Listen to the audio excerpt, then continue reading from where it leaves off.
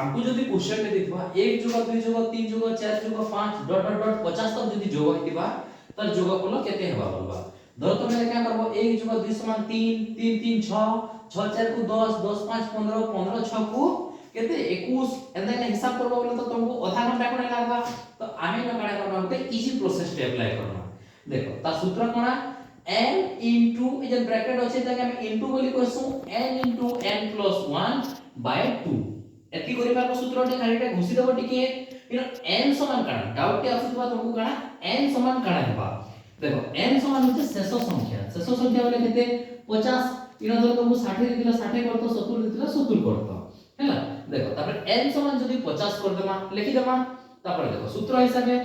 n into n plus 1 तो 50 गुणन 50 जोग 1 बाय 2 एति करि पारबो तापर देखो 50 जोग 1 समान केते से 51 से 51 के खाली न मुई लिखि दैछ अलगा किछि नाइ करि हैला देखो 50 गुणन 51 जते बेले करि देमा 2510 एसी केते एसी 2510 बा दुधड़िया गुणन कर देबो तमे न हैला 2510 बाय 2 करबा 2510 बाय 2 केते न काटबो तके देखो इटा होचे गुटे भग्न संख्या आमे तके गुटे संख्या रे बाहर करबा केते न काटबो बते दुछ देखो 2 1 2 पहला की कटला 2 दुने 4 इनो एक रहला 11 रहला 2 5 10 सुन हाथ रहला इनो जे एक रहला 2 सुने सुन